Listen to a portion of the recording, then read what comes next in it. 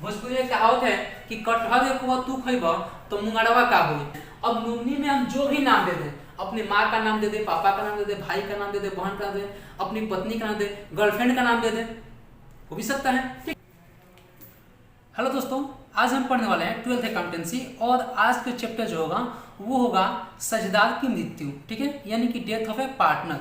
तो देखते हैं कि डेथ ऑफ ए पार्टनर में हमको क्या पढ़ना होता है। ठीक है, सबसे पहले बात करेंगे डेथ ऑफ ए पार्टनर, साझेदार की मृत्यु।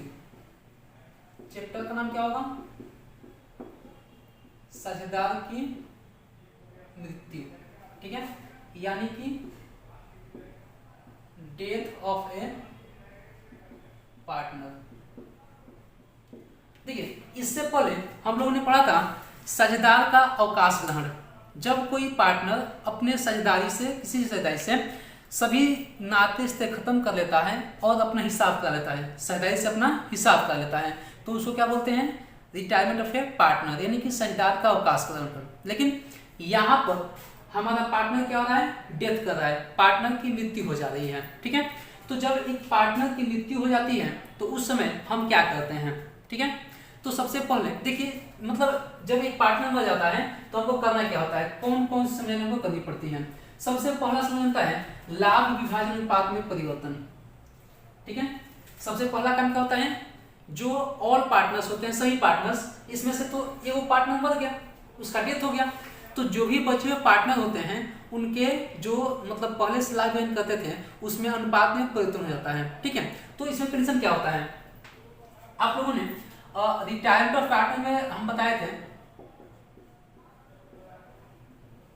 रिटायरमेंट ऑफ पार्टनर में कि इसमें कंडीशंस होते हैं। ठीक है, जब भी लाभ अनुपात की गणना किया जाएगा उसमें क्या होता है? कंडीशन होता है। कंडीशन क्या होता है कि अगर क्वेश्चन में ये ना कहें कि मरने वाले पार्टनर के बाद इन लोगों के लाभ का विवरण कैसे किया जाता है, तो उस कंडीशन क्या करते हैं? जो पार्टनर डेथ करता है उस पार्टनर का हिस्सा हटा देता है, उसके बाद से जो बचे हुए पार्टनर्स होते हैं उन लोगों का ओल्ड रेशियो क्या होता है? न्यू रेशियो होता है, और वही उन लोगों का गेन रेशियो होता है। जैसे मान लीजिए कि ए, बी और सी पार्टनर्स थे और इन लोगों का लाभ का अनुपात था 5-3-2। ठीक है, एबीसी पार्टनर्स थे और इनके अनुपात क्या था? 5-3-2 था। इसमें से कहेगा कि सी का डेथ हो गया, सी मर गया, ठीक है, मृत्यु हो गया, तो इसके हिस्से को घटा देंगे। ठीक है, अब बचा कितना? अब बचे हैं ए और बी। ठीक है, अब इन लोगों का अनुपात क्या होगा? तो अनुपात हो जाएगा 5 और 3 का।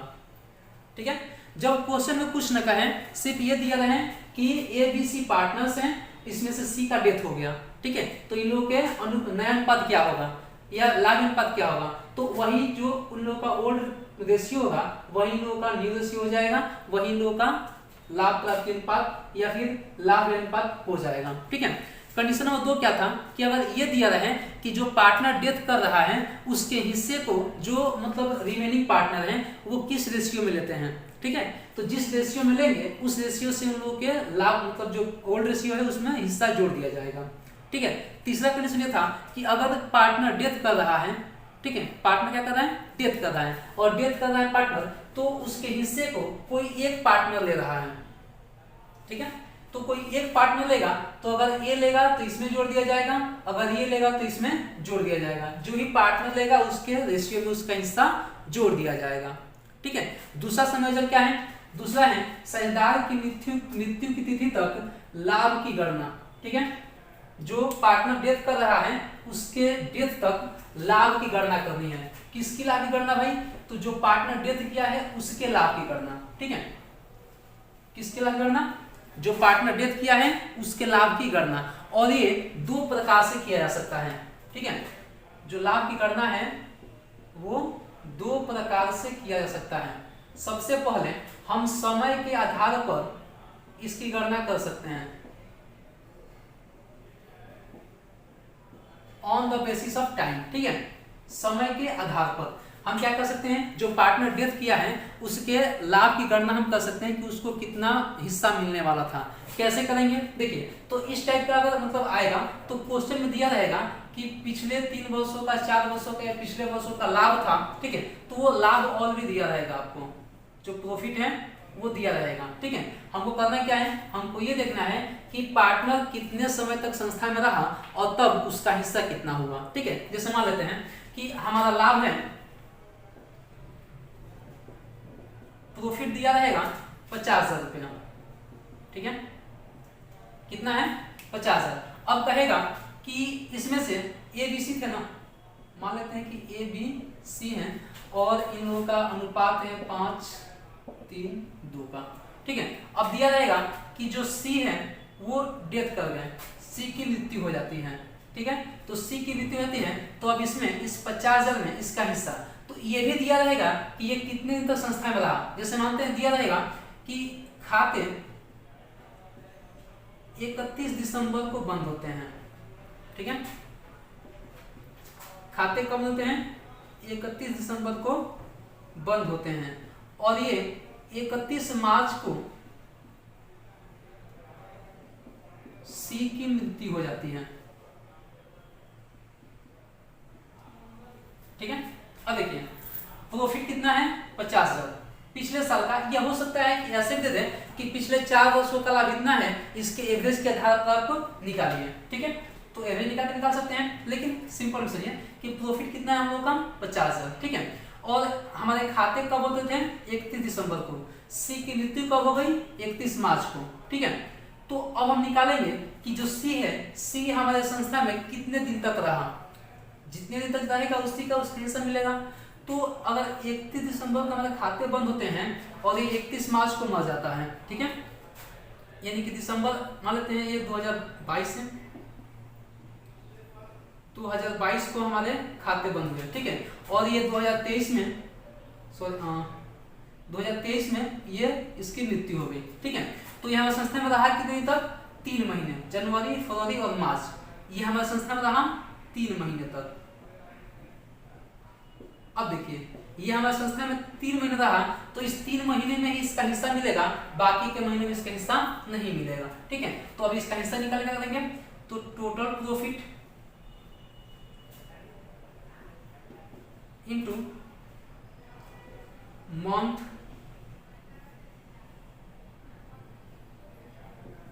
बटा 12 इनटू इसका हिस्सा। अब इसका हिस्सा कितना है, 2/10 है, तो 2/10। ठीक है, अब क्या करेंगे, अब यहाँ पे हमारा प्रॉफिट कितना आया है, प्रॉफिट हमने लिखा है 50,000। ठीक है, तो यहाँ पे लिखेंगे 50,000 रुपए। हमारे संस्था में रहा कितने दिन तक, तो रहा 3 महीने। ठीक है, उसके बाद इसकी मृत्यु हो गई, तो यहाँ पे लिखेंगे 3/12 और इसका हिस्सा कितना है, हिस्सा है 2/10। ठीक है, अब इसका अगर हम कैलकुलेशन करेंगे तो जो भी हमारा आंसर आए वही क्या होगा, इसका हिस्सा होगा। ठीक है, तो एक होता है समय के आधार पर, समय के आधार पर क्या करेंगे, सबसे पहले ये देखेंगे कि जो डेथ कर रहा है पार्टनर वो हमारे संस्था में रहा कितने दिन तक, कितने दिन तक हमारे संस्था में जीवित रहा। ठीक है, उतने दिन का हम निकालेंगे कि कितने दिन तक हमारे संस्था में जीवित रहा। फिर हमारा लाभ कितना रहा पिछले वर्ष में, इस वर्ष का नहीं, पिछले वर्ष का लाभ देखेंगे कि पिछले वर्ष का लाभ क्या था। हो सकता है कि उसी हिसाब से इस साल भी लाभ हो, मतलब मान लेते हैं, अनुमान लगाते हैं कि पिछले साल में लोग 50,000 का लाभ था, तो इस साल में कितना होगा, 50,000 का लाभ होगा। ठीक है, तो इस लाभ के आधार पर हम क्या करते हैं, इसके हिस्से की गणना करते हैं। या फिर क्वेश्चन में दिया रहेगा कि पिछले 4 वर्षों का लाभ इतना इतना इतना है। ठीक है, दिया रहेगा पिछले 4 वर्षों का, 5 वर्षों का लाभ, कहेगा कि इसके औसत के आधार पर निकालना है। ठीक है, तो क्या करेंगे, उन सबका औसत निकाल लेंगे। औसत निकालने का पूरा पता होगा, जब आप लोगों ने पढ़ा होगा क्या, गुडविल, तो गुडविल में आप लोगों को बताया गया होगा औसत लाभ कैसे निकाला जाता है, एवरेज प्रॉफिट कैसे निकाला जाता है। फॉर्मूला क्या होता है, टोटल प्रॉफिट बट्टा नंबर ऑफ ईयर्स। ठीक है, तो अगर ऐसे भी दे कि आपको एवरेज निकाल करके और निकालना है तो आसानी से कर सकते हैं, total profit number of years निकाल करके और फिर यहाँ पे वो प्रॉफिट रखेंगे और फिर इसका जितने दिन तक हमारी संस्था में जीवित रहा उतने दिन का निकाल लिया जाएगा। बहुत इजी है। ठीक है, दूसरा क्या है, साझेदार की मृत्यु तक लाभ की गणना। एक तो हो गया किस आधार पे, समय के आधार पर। ठीक है, दूसरा कौन सा आधार होगा, दूसरा होगा विक्रय के आधार पर। ठीक है, दूसरा कौन सा आधार होता है, विक्रय के आधार पर। ठीक है, अब विक्रय के आधार पर कैसे निकालेंगे ये देखते हैं। देखिए ये बहुत इजी है, इसमें क्या करना होता है, हमको देखना होता है कि हमारे पिछले साल का सेल कितना था और उस पे हमारा प्रॉफिट कितना हुआ था। ठीक है। हम ये देखेंगे कि पिछले साल का हमारा सेल कितना था और उस पे हमको प्रॉफिट कितना हुआ था, और फिर उस प्रॉफिट के हिसाब से इसका हम कैलकुलेशन करेंगे। ठीक है, देखिए दूसरा क्या है, दूसरा है विक्रय के आधार पर। विक्रय के आधार पर, ठीक है। इसमें क्या करेंगे, सबसे पहले तो हम देखेंगे कि पिछले साल का हमारा सेल कितना रहा। ठीक है, पिछले साल का हमारा सेल कितना रहा, उसके हिसाब से हमको कितना परसेंट का प्रॉफिट हुआ था। जैसे मान लेते हैं कि क्वेश्चन में दिया रहेगा कि ABC पार्टनर्स हैं और ये लाभ किस किस्म बढ़ते हैं, 5, 3, 2 के ऊपर बढ़ते हैं। ठीक है, C की मृत्यु हो गई, C की मृत्यु हो गई। अब C की मृत्यु हो गई तो अब भाई क्या करेंगे, अब दिया रहेगा कि पिछले वर्ष का सेल था, पिछले वर्ष का सेल ये था हमारा 5 लाख का, और पिछले साल का प्रॉफिट था 50,000। इस साल का सेल है, ये प्रीवियस ईयर है, ये भी प्रीवियस ईयर है। ठीक है, इस साल का हमारा जो सेल है वो दिया रहेगा कि सेल है इस साल का, चलिए मानते हैं 60,000 है। ठीक है, इस साल का सेल कितना है, 60,000। ये क्वेश्चन में दिया रहेगा।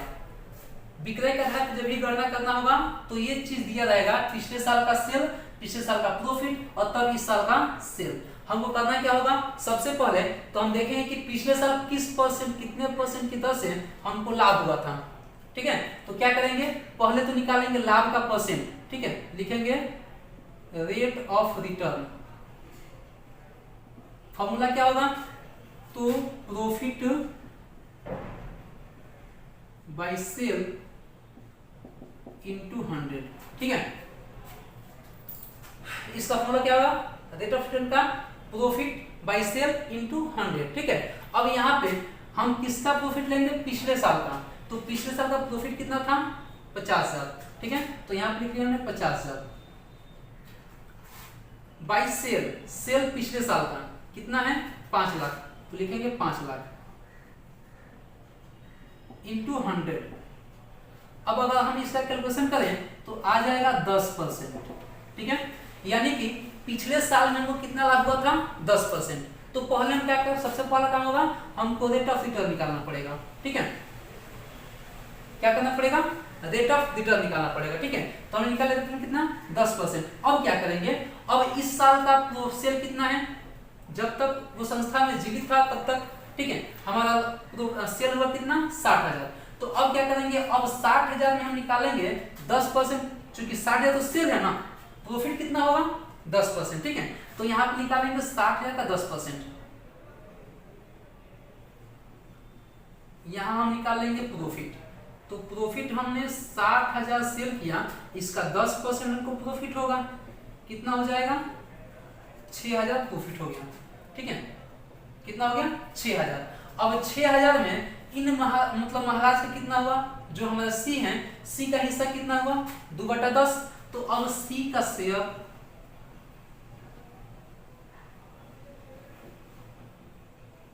प्रॉफिट में, तो अब 6,000 में इनका 2/10 कितना हो जाएगा, 1200। ठीक है, तो ऐसे करके हम क्या करेंगे, एक तो समय के आधार पर और एक विक्रय के आधार पर हम साझेदार के लाभ की गणना कर सकते हैं। कोई दिक्कत है।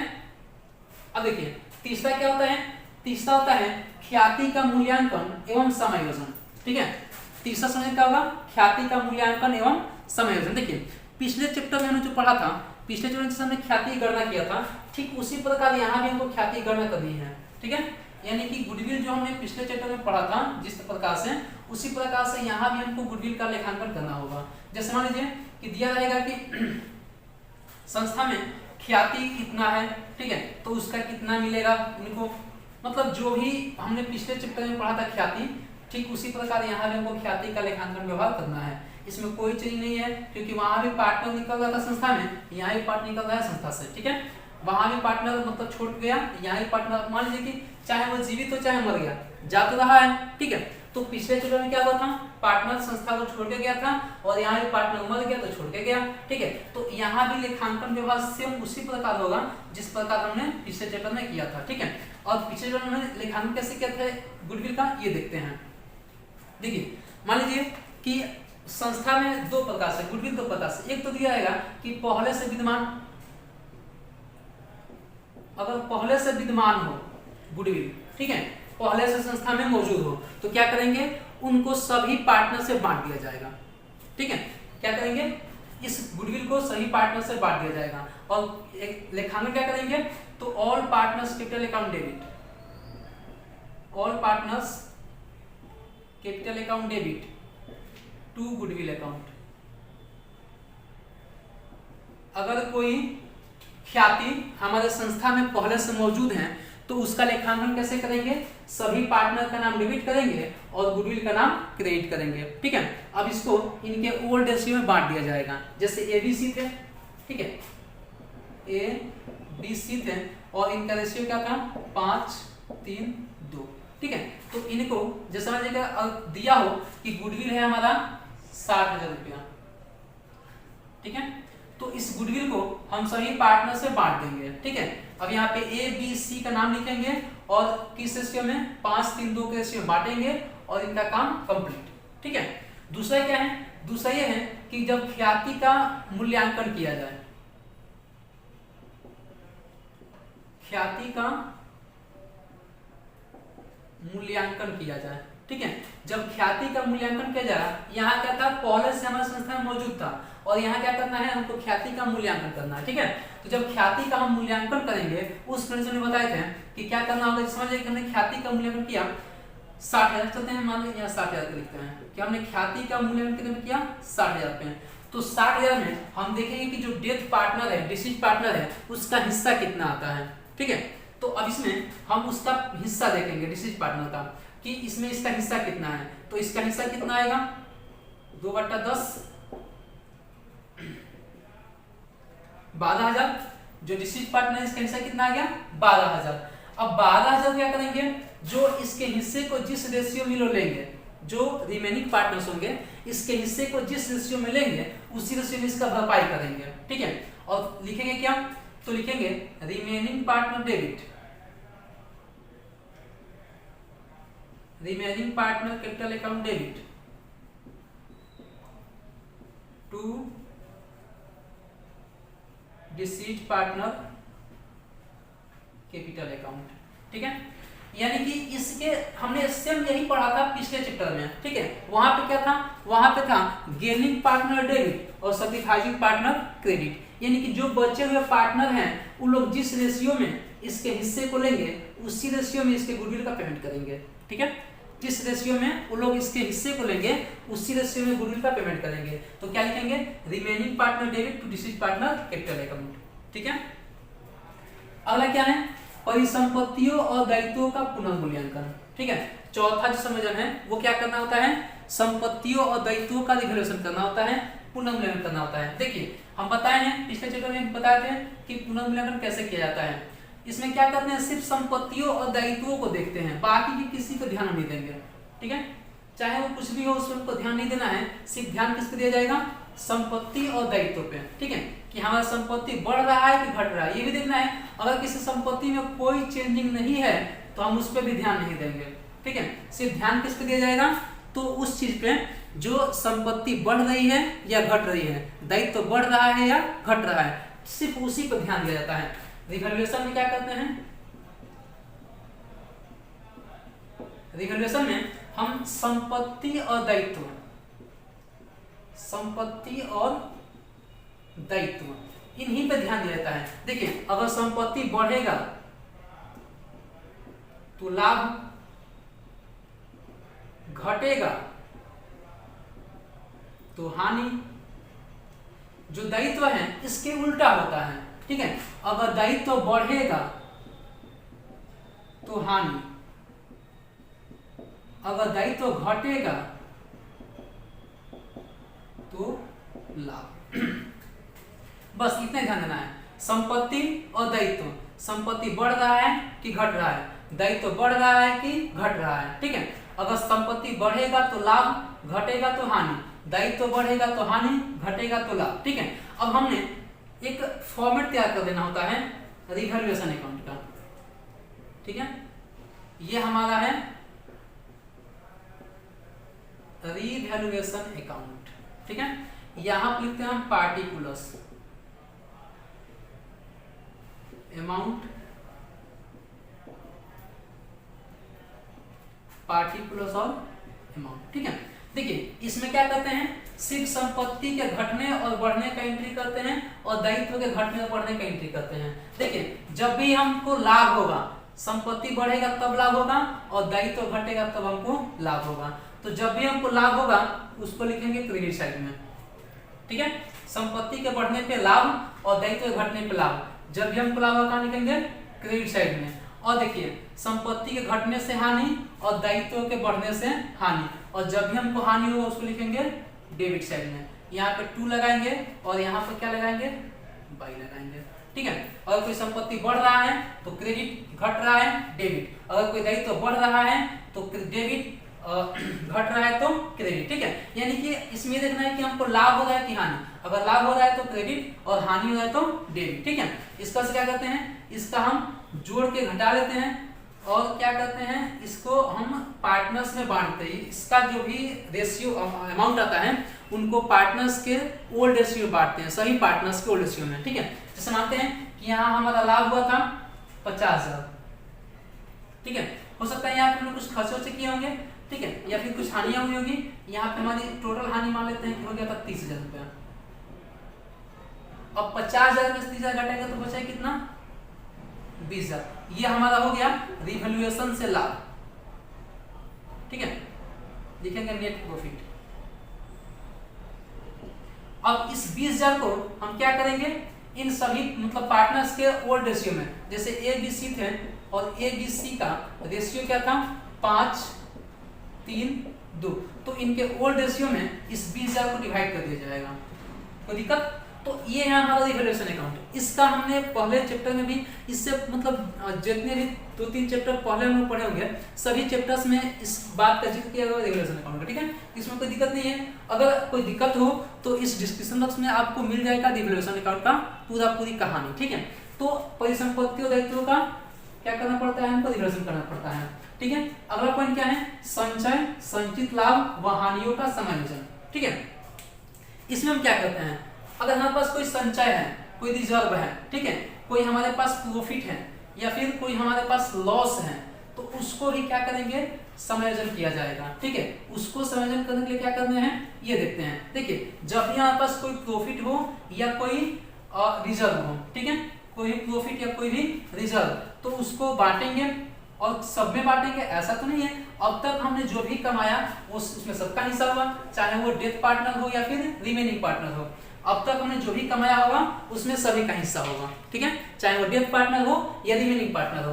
तो अगर हमारे पास कुछ संचय हमने बचा के रखा है, कोई संचित लाभ है या कोई हानि है, ठीक है, संचय होगा या संचित लाभ होगा या कोई हानि होगी, ठीक है, तो उसमें सबका हिस्सा है। अब मान लीजिए कि हमारे पास कोई संचय है, हमारे पास कोई रिजर्व है, तो रिजर्व में सबका हिस्सा होगा, तो क्या करेंगे, रिजर्व अकाउंट डेबिट सबके सभी बांटेंगे to all partners capital account,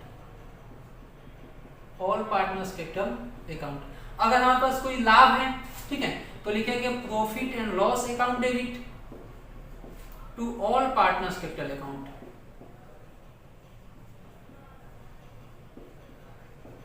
ठीक है, अगर हमारे पास कोई हानि है तो हानि में भी हिस्सा होता है। ठीक है, भोजपुरी में कहावत है कि कटहल एक हुआ तू खइबा तो मुंगड़वा का होई। ठीक है, यानी कि अगर हम संचय में हिस्सा लेते हैं, लाभ में हिस्सा लेते हैं, तो हानि में हिस्सा कौन लेगा, हमें कोई मिलेगा। ठीक है, तो इसमें क्या करेंगे, जब हमको हानि होगा तो all partners capital account debit to profit and loss account. ठीक है, ऐसे करके देखिए ये जो सभी चीजें हैं हमने पिछले चैप्टर में पढ़ा है। ठीक है, इसमें कोई सोचने वाली बात नहीं है, जो मतलब पिछला चैप्टर है उसी का मतलब समझिए कि 2 कॉपी है ये। ठीक है, तो अगर हम कोई प्रॉफिट हो, कोई रिजर्व हो या कोई हानि हो, उसमें क्या करते हैं, सभी पार्टनर्स को हिस्सा दिया जाता है। ठीक है, अगर हमारे पास कोई रिजर्व है तो reserve account debit to all partner capital account. अगर हमारे पास कोई प्रॉफिट है तो profit and loss account debit to all partner capital account. अगर हमारे पास कोई हानि है तो हानि को क्या करेंगे, all partner capital account debit to profit and loss account. ठीक है, आगे बढ़ते चलते हैं। अगला संयोजन क्या है, संयुक्त जीवन बीमा पॉलिसी। ठीक है, अब देखिए ये जो जीवन बीमा पॉलिसी है ये दो प्रकार की होती है। ठीक है, एक तो होती है संयुक्त रूप से, ठीक है, जितने भी पार्टनर्स होते हैं उनका सभी का एक साथ मिलाकर के हम इंश्योरेंस कराते हैं, LIC कराते हैं। ठीक है, तो उसे क्या बोलेंगे, संयुक्त जीवन बीमा पॉलिसी। और दूसरा क्या होता है, पृथक या व्यक्तिगत, यानी कि हम अकेले अपना कराएंगे, वो अपना कराएंगे। ठीक है, जनरली देखा जाता है कि लोग क्या करते हैं, अपना अलग अलग LIC करवाते हैं, होता है ना। तो ये क्या है, ये है पृथक या व्यक्तिगत LIC या जीवन बीमा पॉलिसी। ठीक है, लेकिन कोई संस्था अगर चल रही है, कोई सरकारी चल रही है, तो उसमें हम क्या करते हैं, संयुक्त रूप से जो भी पार्टनर्स होते हैं उनका हम LIC करवाते हैं। ठीक है, और उसको क्या बोला जाएगा, उसको बोला जाएगा संयुक्त जीवन बीमा पॉलिसी। ठीक है, अब इसका लेखांकन हम कैसे करेंगे, अब इसमें कुछ कंडीशंस हैं। कंडीशन क्या है ये देखते हैं। इस मतलब संयुक्त जीवन पॉलिसी में कुछ कंडीशन है। कंडीशन में क्या है ये देखेंगे, अगर संस्था में जो हम खाते बनाए हैं, खाते में इसके जिक्र नहीं किया गया हो, ठीक है, LIC का जिक्र हम कहीं नहीं किए होंगे, तो क्या करेंगे, कैसे उसका एंट्री करेंगे। ठीक है, ये देखते हैं। देखिए दिया है कि जब संयुक्त जीवन पॉलिसी पुस्तकों में प्रदर्शित न हो, ठीक है, यानी कि जब हम LIC मतलब जो LIC कराए हैं उसको हमने अपने पुस्तकों में नहीं लिखे होंगे, तब क्या करेंगे, क्या एंट्री करेंगे। ठीक है, देखिए तो उस कंडीशन में क्या करते हैं, सबसे पहले तो यहाँ पार्टनर मर रहा है, इसका मृत्यु हो रहा है। ठीक है, तो जब भी कोई पार्टनर डेथ करेगा, जब भी किसी पार्टनर की मृत्यु होगी, तो उस कंडीशन में क्या करेंगे, हम LIC का जो अमाउंट है उसके लिए हम कंपनी को क्लेम करेंगे। ठीक है, और क्लेम करेंगे तो उसके लिए क्या एंट्री करेंगे, जब हम क्लेम करेंगे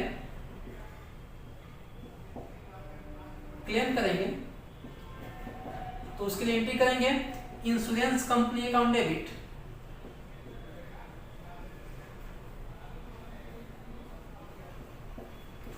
ठीक है, जब क्लेम करेंगे तो क्या लिखेंगे, insurance company account debit to joint life policy account.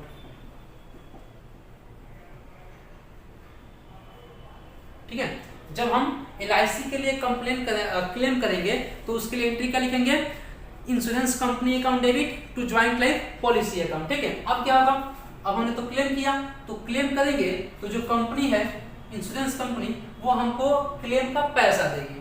ठीक है, क्या करेगी, क्लेम का पैसा देगी।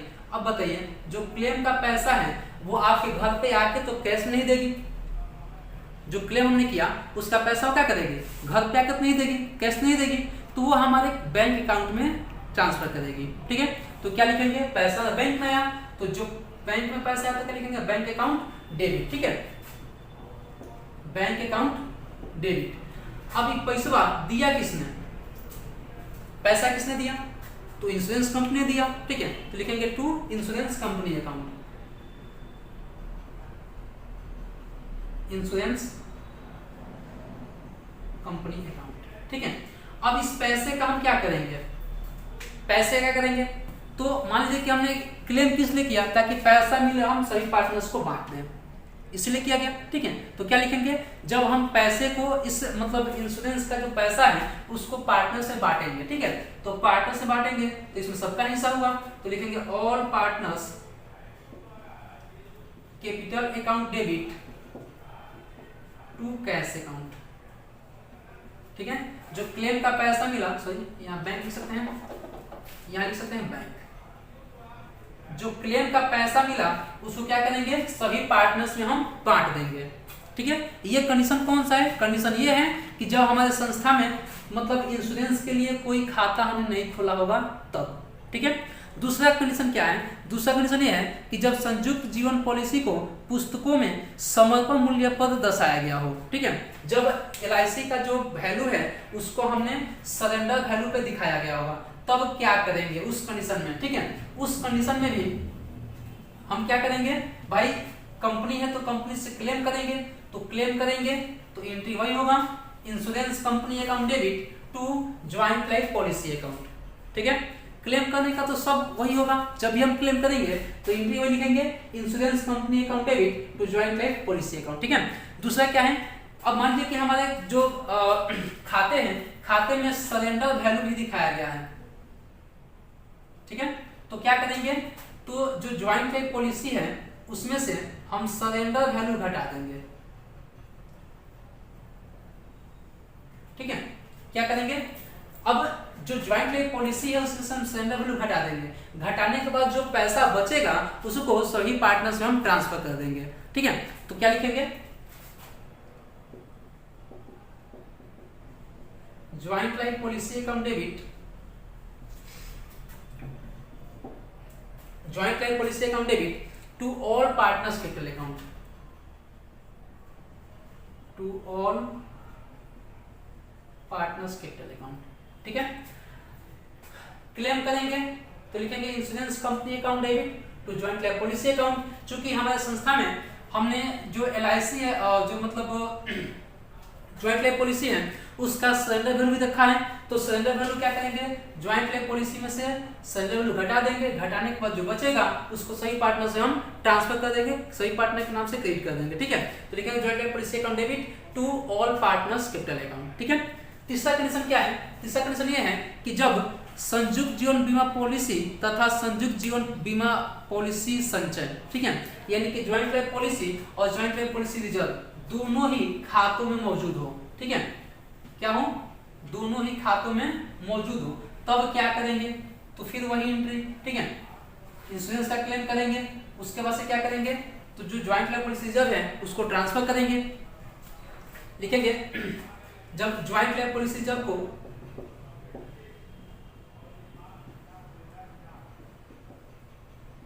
हस्तांतरण करेंगे, ठीक है।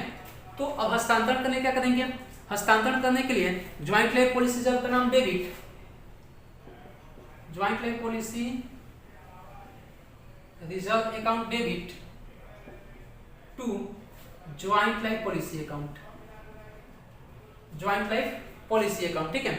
और फिर क्या करेंगे, और फिर इस अमाउंट को joint life policy account debit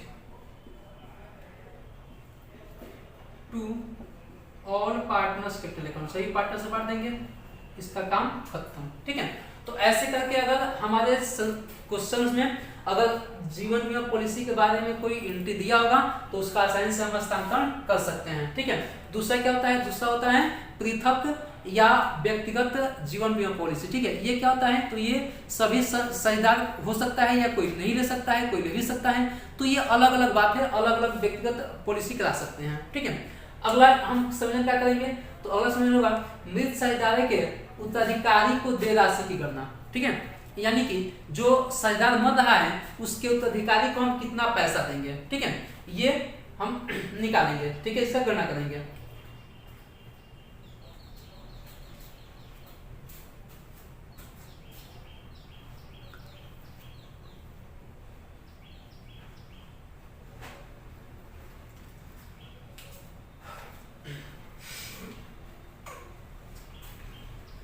तो देखिए जो मृत साझेदार है उसके उत्तराधिकारी को हम क्या क्या देंगे और उसको मतलब देने वाले अमाउंट की गणना हम कैसे करेंगे ये देखते हैं। देखिए एकदम सिंपल वर्ड में समझा दें तो क्या करेंगे, जो पार्टनर डेथ कर रहा है उसका एक खाता तैयार कर लेंगे, ठीक है, लिखेंगे डिसीज पार्टनर कैपिटल अकाउंट, ठीक है। अब उसमें क्या करेंगे, उसमें साझेदार को हम जो भी देने वाली चीजें होंगी, ठीक है, एकदम सिंपल वर्ड समझ लीजिए, ऐसे तो बता ही देंगे, लिख लीजिए। ये देखिए ये हम क्या करेंगे, उसका एक खाता तैयार करेंगे, ठीक है, लिखेंगे deceased partner, deceased partner capital account, ठीक है। अब देखिए पार्टनर कैपिटल पढ़े होंगे, ठीक है, उसमें होता क्या है, सबसे पहले जो पार्टनर का मतलब कैपिटल होता है उसको बाई बैलेंस बीडी के नाम से हम क्रेडिट करते हैं, हो जाएगा, ठीक है।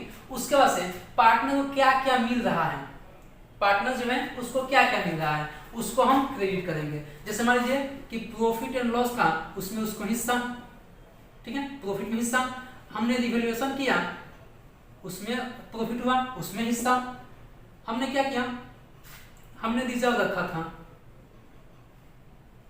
उसमें उसको हिस्सा। तो जो भी पार्टनर को मिलने वाली चीजें होंगी सब कहाँ जाएगा, क्रेडिट। हो सकता है कि कैपिटल हो और कैपिटल पे क्वेश्चन में दिया हो कि उसको ब्याज मिलता है, ठीक है, तो इंटरेस्ट ऑन कैपिटल भी कहाँ जाएगा, क्रेडिट, ठीक है। इधर देखते हैं तो अगर कोई पार्टनर है, मतलब जो डिसीज पार्टनर है, जो डेथ करने वाला पार्टनर है, उसने आहरण किया होगा, उसको यहाँ लिख लेंगे, घटाएंगे, ठीक है। आहरण पे अगर ब्याज देता होगा, इंटरेस्ट ऑन ड्रॉइंग्स, उसको घटा लेंगे। अगर हमारे संस्था में हानि हुई हो और हानि में हिस्सा हो तो प्रॉफिट एंड लॉस में उसका हिस्सा, लॉस में हिस्सा। अगर हमने रिवैल्यूएशन किया और उसमें हानि हो गई तो हानि रिवैल्यूएशन पे हानि में उसको हिस्सा, रिवैल्यूएशन पर हानि में उसको हिस्सा, ठीक है। अब देखेंगे कि क्या बच रहा है, जो भी अमाउंट बचेगा यहाँ पे बैलेंस सीडी के रूप में जो भी अमाउंट बचेगा वो क्या करेंगे, उस पार्टनर के एक्सिक्यूटर को दे दिया जाएगा। कोई दिक्कत, जो पार्टनर है, जो डेथ करने वाला पार्टनर है, उसके जो भी उत्तराधिकारी होंगे उसको ये अमाउंट हम पैड कर देंगे, ठीक है। अब पैड करने के लिए क्या करेंगे, पैड करने के लिए थोड़ा सा कंडीशन है, हम 3 प्रकार से पेमेंट कर सकते हैं, ठीक है। जो डिसीज पार्टनर है उसके अमाउंट को, यहाँ कोई दिक्कत है आपको, सबसे पहले क्या करेंगे, जो बैलेंस शीट में बैलेंस होगा उस कैपिटल का वो यहाँ लिख लेंगे, ठीक है। फिर प्रॉफिट में उसका हिस्सा जो आएगा वो लिखेंगे, रिवैल्यूएशन से जो प्रॉफिट हुआ था उसमें उसका हिस्सा लिख लेंगे, हमारे पास जो रिजर्व होगा उसमें उसका हिस्सा लिख लेंगे, ठीक है। अगर हमने इंटरेस्ट ऑन कैपिटल देना है वो भी लिख लेंगे, ठीक है। यहाँ क्या करेंगे, आहरण, अगर कोई पार्टनर किया है तो आहरण दिखा देंगे, ठीक है। आहरण को ब्याज देने वाला होगा उसको दिखा देंगे। प्रॉफिट एंड लॉस हो सकता है कि हमको लॉस हुआ हो तो लॉस में हिस्सा दिखा देंगे, ठीक है। अगर हमको रिवैल्यूएशन से लॉस हुआ हो उसका हिस्सा दिखा देंगे। जोड़ के हम घटाएंगे, जो बैलेंस बचेगा वही क्या होगा, उस पार्टनर के एक्सिक्यूटर को, क्योंकि पार्टनर तो रहा नहीं तो मिलेगा किसको, उसके एक्सिक्यूटर को। अब एक्सिक्यूटर मतलब क्या, उसके उत्तराधिकारी को। अब उसने जो भी, हम क्या करते हैं, जब भी कोई खाता खुलवाते हैं, अकाउंट ओपन करते हैं तो हम उसमें नॉमिनी का नाम देते हैं। क्या करते हैं, नॉमिनी का नाम देते हैं। अब नॉमिनी में हम जो भी नाम दे दें, अपनी माँ का नाम दे दे, पापा का नाम दे दे, भाई का नाम दे दे, बहन का नाम दे दे, अपनी पत्नी का नाम दे, गर्लफ्रेंड का नाम दे दे, हो भी सकता है, ठीक है। तो जिसका नाम देंगे उसका नाम हम उसके नाम से उसको पेमेंट करेंगे, ठीक है। अब देखते हैं कि पेमेंट कैसे करेंगे। पेमेंट हम 3 प्रकार से कर सकते हैं, ठीक है। जो पेमेंट है वो हम 3 प्रकार से कर सकते हैं। पहला क्या करेंगे, पहला तो हम एक मुश्त में पेमेंट करेंगे, ठीक है। क्या करेंगे, एक मुश्त में। देखिए सबसे पहले क्या करेंगे, सबसे पहले जो पार्टनर को देने वाला अमाउंट है, ठीक है, जो भी पेबल अमाउंट है वो उसके एक्सिक्यूटर के खाते में ट्रांसफर करेंगे, ठीक है। क्या करेंगे, उसके एक्सिक्यूटर के खाते में ट्रांसफर करेंगे। और जब एक्सिक्यूटर के खाते में ट्रांसफर करेंगे तो एंट्री लिखेंगे, deceased partner capital account debit, deceased partner capital account debit to deceased partner executor account, ठीक है। उसके एक्सिक्यूटर के खाते में ट्रांसफर कर देंगे। अब यहाँ पे कंडीशन ये है कि हम पेमेंट कैसे करेंगे, ठीक है। तो पेमेंट हम 3 प्रकार से कर सकते हैं। जैसे पिछले चैप्टर हमने पढ़ा था कि 3 प्रकार से पेमेंट होगा, ठीक उसी तरह यहाँ पे हम कितने प्रकार से, 3 प्रकार से पेमेंट कर सकते हैं। सबसे पहले एक मुश्त में भुगतान करेंगे। क्या करेंगे, एक मुश्त में। एक मुश्त का मतलब क्या होता है कि जितना भी उसका अमाउंट है वो एक ही बार उसको पेमेंट कर दिया गया, ठीक है। तो अगर हम एक मुश्त में उसको भुगतान करेंगे तो क्या करेंगे, तो हमने उसके पैसे को उसके एक्सिक्यूटर के खाते में ट्रांसफर कर रखा है, ठीक है। तो पेमेंट किसको करेंगे, अब तो पार्टनर तो है नहीं तो किसको करेंगे, एक्सिक्यूटर को। तो जब एक्सिक्यूटर को पेमेंट करेंगे तो लिखेंगे executor account debit, executor account debit to, अब या तो उसको हम कैश दे सकते हैं या तो बैंक से पैसा दे सकते हैं, ठीक है। तो लिखेंगे टू कैश या बैंक अकाउंट, कोई दिक्कत। जब हम एक मुश्त भुगतान करेंगे तो एंट्री क्या करेंगे, executor account debit to cash या बैंक अकाउंट, ठीक है। दूसरा कंडीशन है कि हम एक मुश्त में पेमेंट ना करके हम किस्त में पेमेंट करेंगे। क्या करेंगे, हम किस्त में पेमेंट करेंगे, कंडीशन दोनों, ठीक है। अब हम किस्त में पेमेंट करेंगे तो किस्त में पेमेंट करने के लिए क्या करना पड़ता है, ये देखिए। जब हम किस्त में पेमेंट करेंगे तो उस कंडीशन में हम क्या करेंगे, तो इसका जो पार्टनर कैपिटल जो है उसका जो पैसा है वो इसके एक्सक्यूटर के लोन में ट्रांसफर करेंगे। तो लिखेंगे deceased partner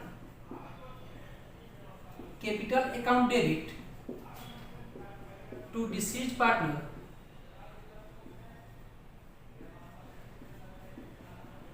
executor loan account.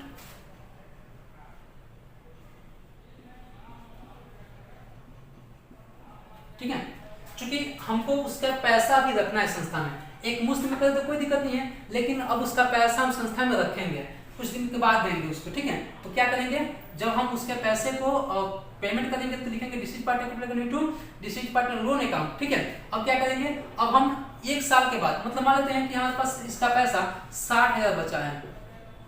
ठीक है, तो अगर 60,000 बचा है कि हम क्या करेंगे, हम किस्तों में देंगे 20,000 साल के अंत में, फिर 20,000 अगले साल में, फिर 20,000 अगले साल में, यानी कि हम 3 किस्त में देंगे। तो साल के अंत में देंगे, तो साल के अंत में ये कहेगा ना कि इस पे हमको ब्याज चाहिए भाई, बिना ब्याज के तो मानेगा नहीं। ठीक है, तो अगर कुछ नहीं कहा गया होगा तो 6%, क्योंकि पार्टनर के लोन पे कितना परसेंट, 6%। अगर क्वेश्चन में दिया रहेगा तो जितना परसेंट दिया रहेगा उतना परसेंट। ठीक है, तो हम क्या करेंगे, इंटरेस्ट काटेंगे, इंटरेस्ट साल के अंत में। तो जब इंटरेस्ट निकालेंगे तो लिखेंगे क्या, interest account debit, interest account debit.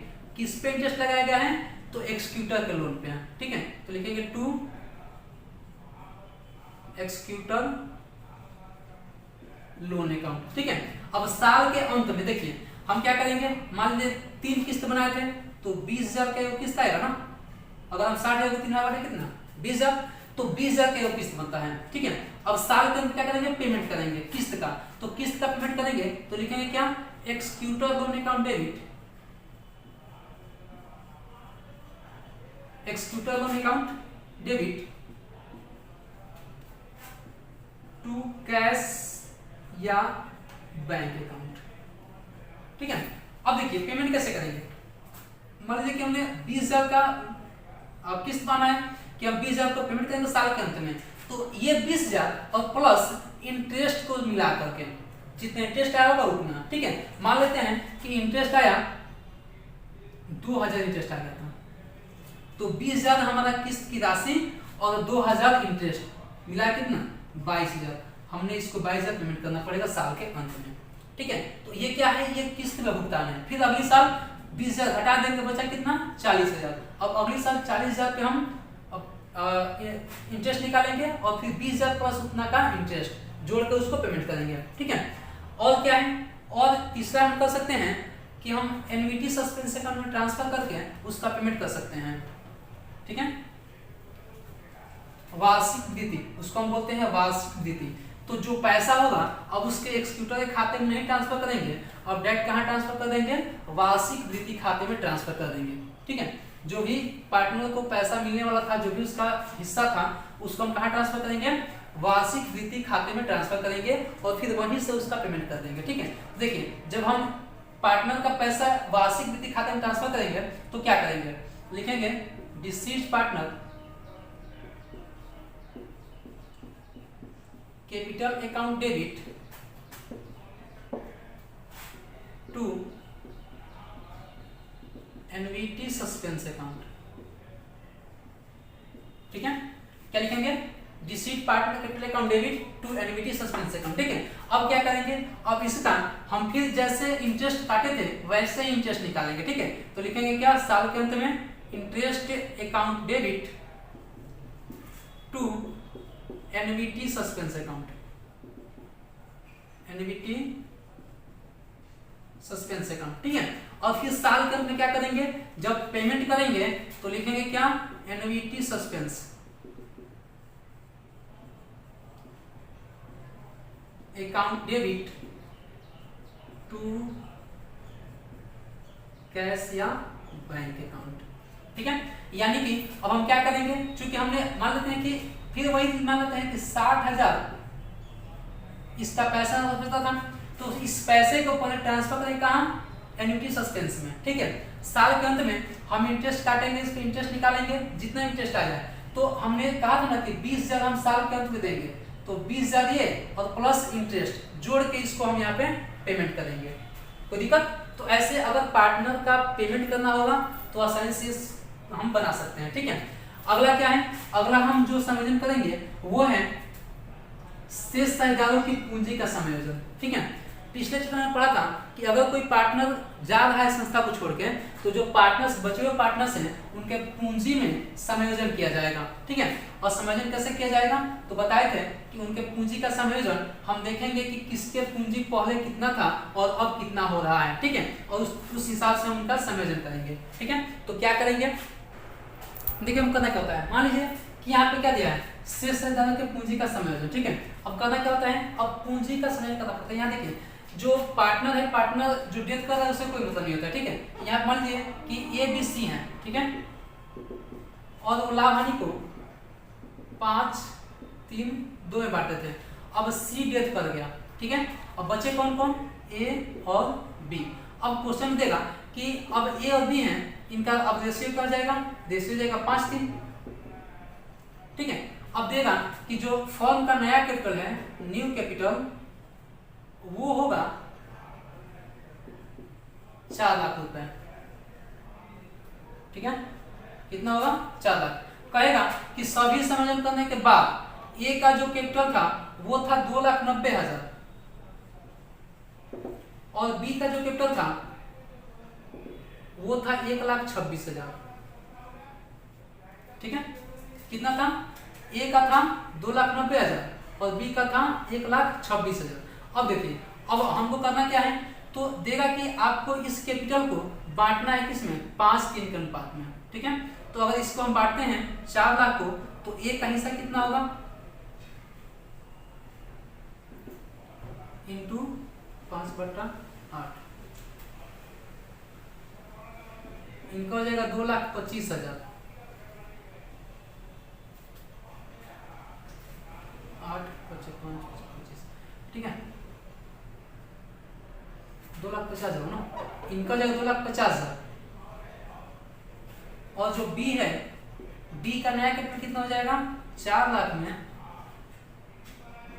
3/8, 1,50,000।